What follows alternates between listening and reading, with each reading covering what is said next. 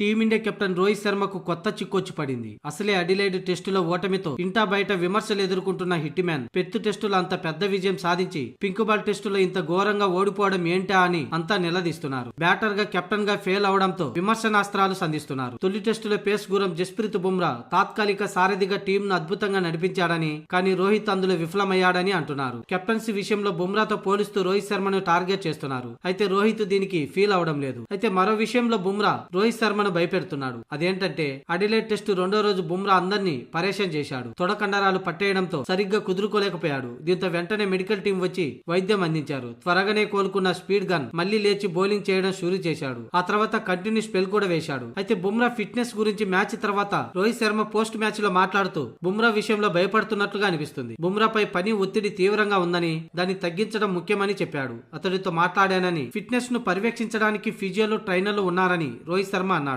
Work load వల్ల బుమ్రా ఎక్కడ team కు దూరం అవుతాడని హిట్ మ్యాన్ భయపడుతున్నాడు. అతడు ఫాస్ట్ గా రికవర్ అయ్యి అన్ని మ్యాచ్లు ఆడితే బాగుంటుందని భావిస్తున్నాడు. అయితే పని భారం కారణంగా రెస్ట్ ఇచ్చే యోచనలో టీం మేనేజ్మెంట్ లో ఉన్నట్లు సమాచారం. కానీ రెండో టెస్టులో ఓడి విమర్శలు పాలవుతున్న వేళ ఈ రిస్క్ చేస్తారా అనేది అనుమానమే. Veteran pacer Mohammed Shami Aussies flight ఎక్కుతున్నాడనే వార్తల నేపథ్యంలో బుమ్రాకు రెస్ట్ ఇస్తారనే న్యూస్ వైరల్ అవుతుంది.